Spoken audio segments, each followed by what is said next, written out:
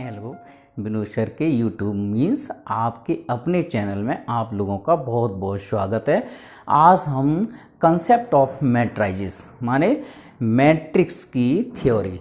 एक बात और क्लियर कर दें, मैट्रिक्स और मैट्राइजेस एक ही बात है। मैट्रिक्स एक वचन है, मैट्राइजेस बहुवचन है। ओके, इसके बाद हम सबसे पहले ये देखते हैं कि इसमें अपन को पढ़ना क्या क्या है। तो इसमें मैट्राइजेस में काफ़ी थ्योरी है, लेकिन स्टार्टिंग के हिसाब से मैंने लिया है नंबर 1 डेफिनेशन एंड सिंबल। हम इसी के अकॉर्डिंग चलते चले जाएंगे। तो सबसे पहले डेफिनेशन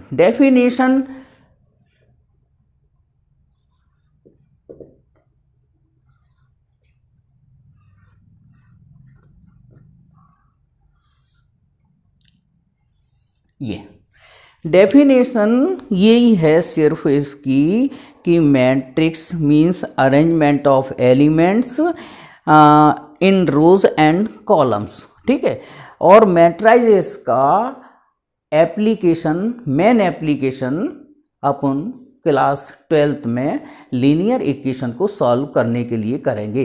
वैसे मैट्राइजेस का कॉमर्शियल फील्ड में काफ़ी एप्लीकेशंस हैं, मगर हम 12th क्लास के अकॉर्डिंग केवल लीनियर इक्वेशंस को सॉल्व करने के लिए इसका एप्लीकेशन करेंगे। Linear equation 2 variables, linear equation 3 variables. Okay, तो सबसे पहले डेफिनेशन।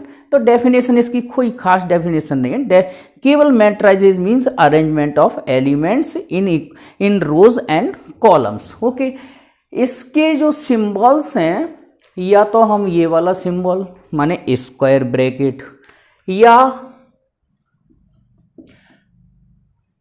ये वाला ब्रैकेट भी चल जाता है, या double vertical lines.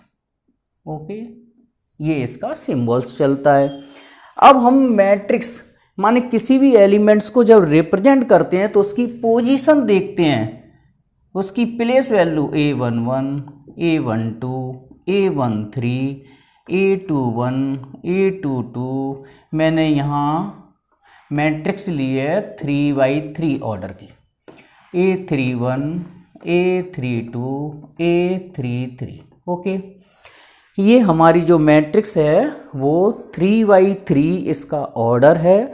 3x3 order माने इसमें 3 रो, हॉरिजेंटल माने रो, 3 रो हैं, 3 कॉलम्स।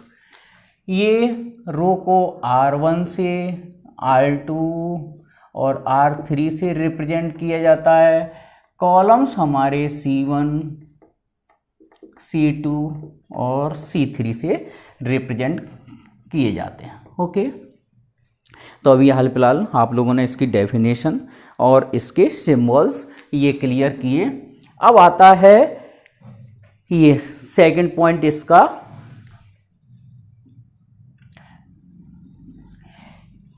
कंपेरेबल मैट्राइजेस माने हम मैट्राइजेस की तुलना कब कर सकते हैं।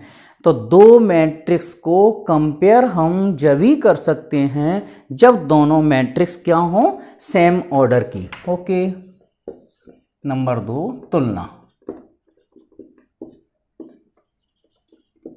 कंपेयरिंग। तो 2 1 5 1 3 2, ये जो मैंने मैट्रिक्स लिए उसका ऑर्डर है 2x3। ओके, तो किसी भी मैट्रिक्स में सबसे पहले हम यहाँ रो लिखते हैं, उसके बाद कॉलम। तो ये वाली जो मैट्रिक्स है उसमें रो कितनी है, यहाँ 2, 1 और 2 रो, तो 2 पहले लिखेंगे। इसके कॉलम्स हैं 1 2 3, तो ये कॉलम इधर लिखे जाते हैं। तो दो मैट्रिक्स का कंपेयरिंग जब ही हो सकता है जब वो दोनों सेम ऑर्डर की हों। अगर हम इसका कंपेयरिंग करेंगे तो A = 2, B = 1, C = 5, इस तरह से हम मैट्राइजेस का कंपेयर कर लेते हैं। कंपेयरिंग में आता है सेकंड पॉइंट, इक्वल मैट्राइजेस क्या होती हैं।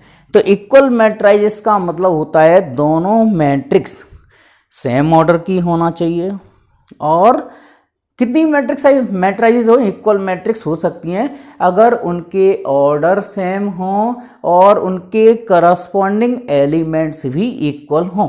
ओके, चलो एक एग्जांपल लेते हैं इसका। Equal matrices 1 2 3 5, 1 2 3 5। तो ये दोनों मैट्रिक्स 2x2, ये भी 2x2, इसमें 2 रो हैं 2 कॉलम हैं। तो 2 मैट्रिक्स इक्वल मैट्रिक्स जब ही कहलाएंगी जब वो सेम ऑर्डर की हों और उनके करस्पॉन्डिंग एलिमेंट माने ये इस एलिमेंट का नाम है A11, ये है A12। ओके, तो A11 A12 ये और ये।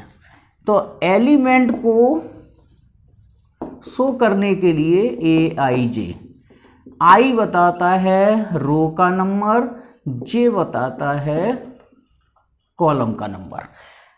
तो किसी भी एलिमेंट का पोजीशन वैल्यू देखेंगे उसका, तो I क्या बताता है, रो, और J बताता है कॉलम का नंबर। जैसे अगर मैं 3 वाले एलिमेंट्स को लिखूं तो इसका नंबर है A21, माने हम यहीं से पता लगा लेंगे कि ये सेकंड रो फर्स्ट कॉलम का एलिमेंट है। तो देखो 3 वाला मेंबर कितना है, A21 इसकी प्लेस वैल्यू है। तो A21 माने सेकंड रो, देख सेकंड रो में आ रहा है और फर्स्ट कॉलम पहले कॉलम में आ रहा है। इस तरह से हम इनकी नंबरिंग करके उसकी प्लेस वैल्यू बता सकते हैं कि मैट्रिक्स में वो वाला एलिमेंट किस पोजीशन पर है। ओके, इसके बाद देखते हैं हम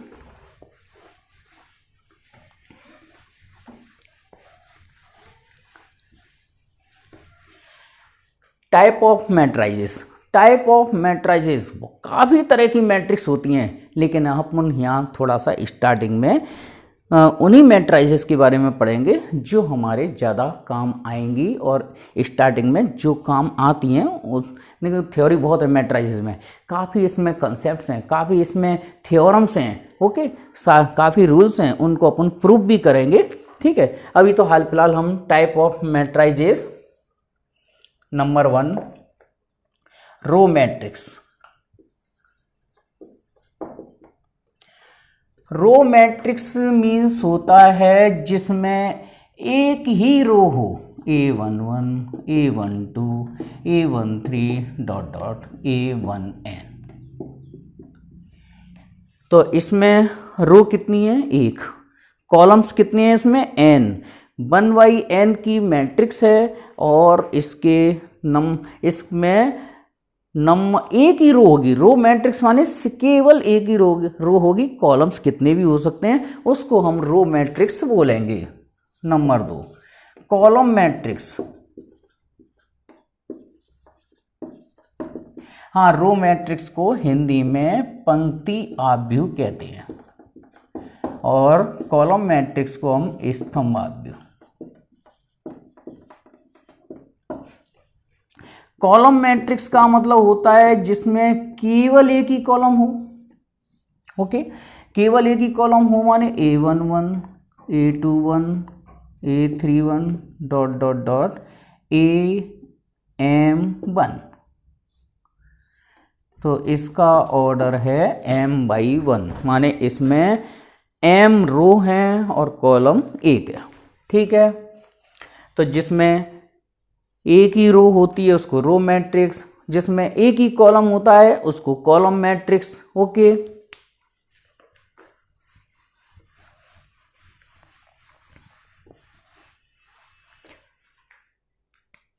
तीसरा जीरो मैट्रिक्स।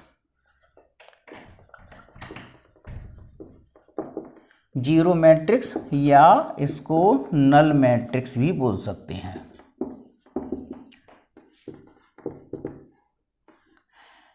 वैसे जीरो मैट्रिक्स को O से रिप्रेजेंट किया जाता है। ठीक है, इसमें सारे एलिमेंट्स जीरो होते हैं। ठीक है, ये 3×3 की मैट्रिक्स है, 3×3 की नल मैट्रिक्स है। इसको हम O3 ऐसे भी रिप्रेजेंट कर देते हैं। O3 का मतलब हो गया 3×3 की नल मैट्रिक्स। तो नल मैट्रिक्स माने इसके सारे एलिमेंट्स 0। ओके, अब आता है fourth part, rectangular matrix. Rectangular matrices या इसको हिंदी में बोलते हैं आयताकार आव्यूह।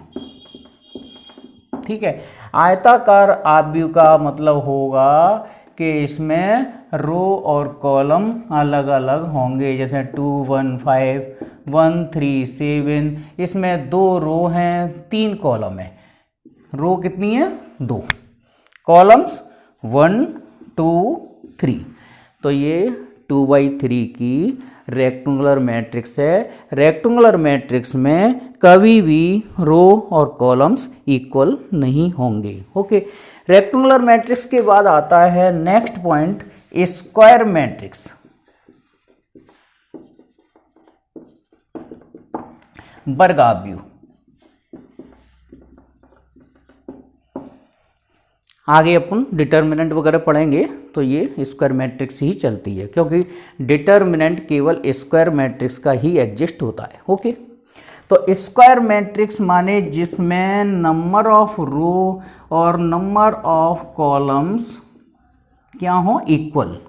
A11 A12 A1n A21 A22 dot dot A2n।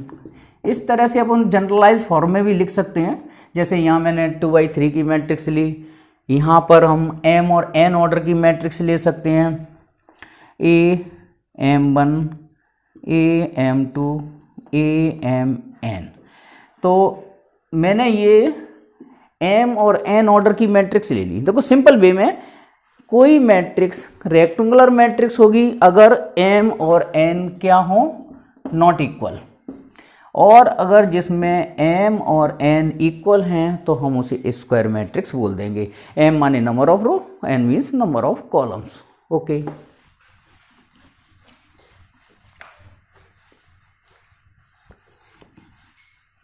अब आता है डायगोनल मैट्रिक्स।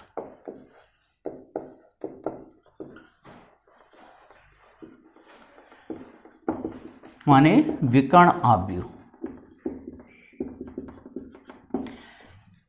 देखो कोई भी पर्टिकुलर ऑर्डर ले लो या जनरलाइज फॉर्म में ले लो। जैसे मैंने यहाँ ले लिया A11 0 0 0 A21 0 0 0 A31 3 3। ये 3×3 की मैंने डायगोनल मैट्रिक्स ले ली। डायगोनल मैट्रिक्स मतलब कोई भी मैट्रिक्स हो उसमें 2 डायगोनल होते हैं, ध्यान रखना। 2 डायगोनल, एक प्राइमरी डायगोनल एक सेकेंडरी डायगोनल। प्राइमरी या इसको प्रिंसिपल डायगोनल भी बोल सकते हैं। तो हमारा जो प्राइमरी डायगोनल है वो ये है। तो प्राइमरी डायगोनल्स के सारे एलिमेंट्स नॉन जीरो होंगे, मतलब सभी के सभी जीरो नहीं हो सकते, और बाकी के अदर्स एलिमेंट्स क्या होंगे? जीरो। तो उसको हम डायगोनल मैट्रिक्स बोलेंगे। इसका जो डायगोनल होता है इसको हम सेकेंडरी डायगोनल बोलते हैं। ये हमारा प्राइमरी डायगोनल है और ये हमारा सेकेंडरी डायगोनल है। ओके, तो ये डायगोनल मैट्रिक्स की डेफिनेशन क्लियर हो गई। A11 A22 A33 माने इसके प्रिंसिपल डायगोनल के एलिमेंट्स नॉन जीरो और बाकी के सारे एलिमेंट्स जीरो होंगे, हम इसको डायगोनल मैट्रिक्स बोल देते हैं। और डायगोनल मैट्रिक्स को हम ऐसे भी लिख सकते हैं, डायगोनल ऐसे A11 A12 A13 A11 A22 और A33। ठीक है, तो यहां से भी डायगोनल मैट्रिक्स को इस तरह से भी लिख सकते हैं, इस तरह से भी रिप्रेजेंट कर सकते हैं। अब आता है next point, scalar matrix. Scalar matrix माने अदिश आव्यूह, हिंदी में बोलते हैं इसको अदिश आव्यूह। स्केलर मैट्रिक्स और डायगोनल मैट्रिक्स में थोड़ा बहुत अंतर है। जैसे यहाँ A11 0 A0 0 A22 0 0 0 A33, ये जो प्रिंसिपल डायगोनल के एलिमेंट्स हैं ऑल आर इक्वल। ठीक है, प्रिंसिपल डायगोनल के एलिमेंट्स इक्वल जब हो जाएंगे किसी डायगोनल मैट्रिक्स में तो उसको हम स्केलर मैट्रिक्स बोल देते हैं। और तो इन दोनों में केवल इतना ही डिफरेंस है, डायगोनल मैट्रिक्स माने प्रिंसिपल डायगोनल के एलिमेंट्स इक्वल भी हो सकते हैं, नॉट इक्वल भी हो सकते हैं। हाँ, स्केलर मैट्रिक्स में प्रिंसिपल डायगोनल के एलिमेंट्स मतलब कुल मिला के हम स्केलर मैट्रिक्स डायगोनल मैट्रिक्स ही होती है। केवल अंतर क्या होता है कि प्रिंसिपल डायगोनल के सारे एलिमेंट्स क्या होंगे, इक्वल। ओके, अब आता है 8th पॉइंट इसका, काफ़ी इंपॉर्टेंट मैट्रिक्स होती है ये और थ्योरी में काफ़ी चलती है, unit matrix. 8th number unit matrix या इसको आइडेंटिटी मैट्रिक्स भी बोल सकते हैं, आइडेंटिटी मैट्रिक्स। आइडेंटिटी मैट्रिक्स को हिंदी में बोलते हैं इकाई आव्यूह। आइडेंटिटी मैट्रिक्स को आई से रिप्रेजेंट किया जाता है। जैसे अगर ये 1 0 0 1 है तो इसको I2 भी लिख सकते हैं। 3×3 की अगर आइडेंटिटी मैट्रिक्स होगी, आइडेंटिटी मैट्रिक्स हमेशा स्क्वायर मैट्रिक्स ही होती है और एक डायगोनल मैट्रिक्स का ये एक पार्ट है। ये 1 0 0 0 1 0 0 0 1 ओके, डायगोनल मैट्रिक्स की तरह ही है, स्केलर मैट्रिक्स की तरह ही है। केवल डिफरेंस क्या है इसमें, ये एक स्केलर मैट्रिक्स है बट इसके प्रिंसिपल डायगोनल के सारे एलिमेंट्स 1 1 ही होंगे। आगे हम जब डिटर्मिनेंट पढ़ेंगे तो इसका डिटर्मिनेंट क्या आता है, 1। ओके, तो ये 2×2 की आइडेंटिटी मैट्रिक्स है, ये 3×3 की आइडेंटिटी मैट्रिक्स है। Okay,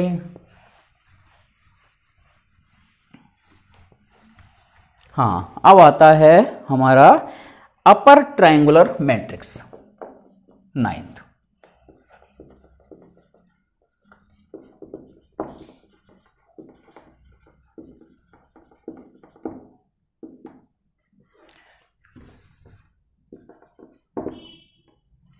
upper triangular matrix A11 A12 A13 0 A21 A22 A23 0 0 A33। तो हम यहाँ एक ट्रायंगल फॉर्म कर रहे हैं, ध्यान से देखना है। ये अपर ट्रायंगुलर मैट्रिक्स मीन्स आपके जो ऊपर वाले एलिमेंट्स हैं वो नॉन जीरो होंगे। ऊपर वाले एलिमेंट्स माने हम ऐसे लिख सकते हैं AIJ, सारे जीरो होंगे फॉर ऑल आई इज, जैसे इसका नंबर क्या है A21, तो जिसमें I ग्रेटर देन होगा J से। ओके, जिसमें I ग्रेटर देन होगा, जैसे ये A21 है, ये वाला मेंबर की नंबरिंग क्या है इसकी A31 A32, तो जिसमें I J से ग्रेटर होगा माने उसका रो का नंबर कॉलम के नंबर से बड़ा होगा, वो सारे एलिमेंट्स क्या होंगे, जीरो। तो ऐसी मैट्रिक्स को हम बोलते हैं अपर ट्रायंगुलर मैट्रिक्स। अब देखते हैं लोअर ट्रायंगुलर मैट्रिक्स।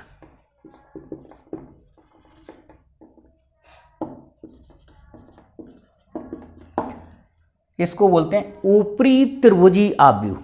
ठीक है, ऊपरी त्रिभुजी आव्यूह। इसको बोलते हैं निम्न त्रिभुजी आव्यूह।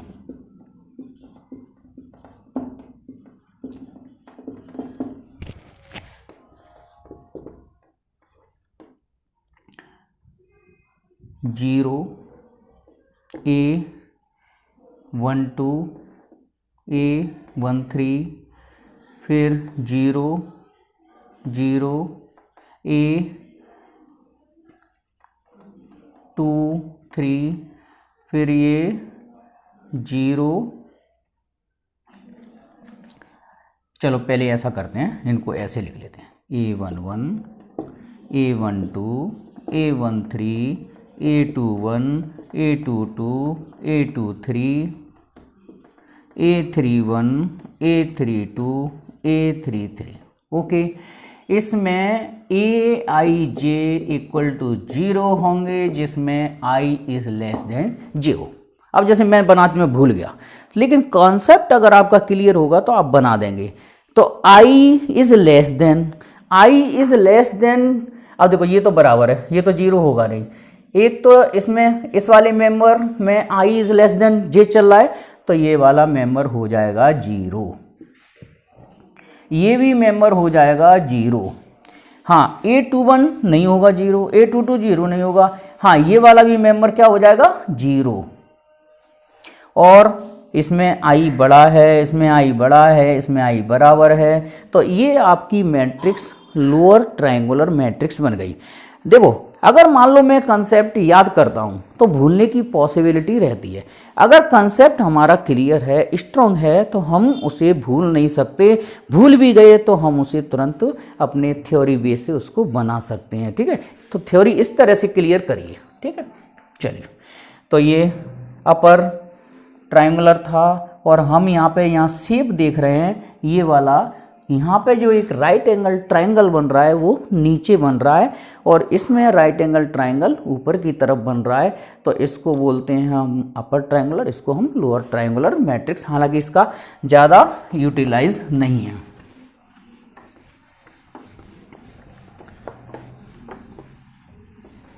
अब आता है सिंगल एलिमेंट मैट्रिक्स।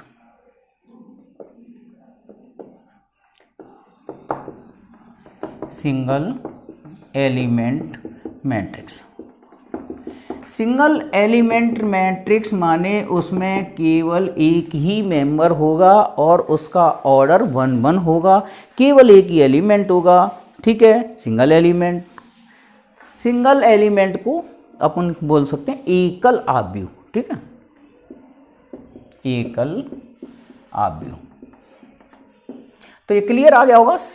जिसमें सिर्फ एक ही एलिमेंट होता है उसको अपन सिंगल एलिमेंट बोलेंगे। और हमारा आज का लास्ट पॉइंट है कि सिंगुलर मैट्रिक्स क्या होती है।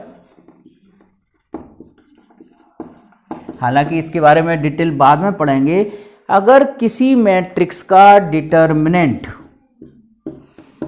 0 हो जाता है, किसी मैट्रिक्स का डिटरमिनेंट हम निकालेंगे आगे, लेकिन मैं बता देता हूँ इसको यहीं कि किसी मैट्रिक्स का डिटर्मिनेंट अगर 0 निकलेगा तो उसको हम सिंगुलर मैट्रिक्स बोलेंगे। और नॉन सिंगुलर माने जिसका डिटर्मिनेंट नॉट इक्वल टू 0, तो इसको बोलते हैं हम अव्युत्क्रमणीय आव्यूह और इसको बोलते हैं हम व्युत्क्रमणीय आव्यूह। और नेक्स्ट वीडियो बनाएंगे जिसमें हम एलजेब्रा ऑफ मैट्राइजेस। एलजेब्रा ऑफ मैट्राइजेस माने मैट्राइजेस का एडिशन होता है, सब्ट्रैक्शन होता है, मल्टीप्लिकेशन होता है, डिवाइड इसमें नहीं होता है। डिवाइड के लिए हम पढ़ेंगे इन्वर्स वाला कंसेप्ट। ठीक है, और कल एक्सरसाइज 5A के क्वेश्चंस लेंगे नेक्स्ट वीडियो में। थैंक्स।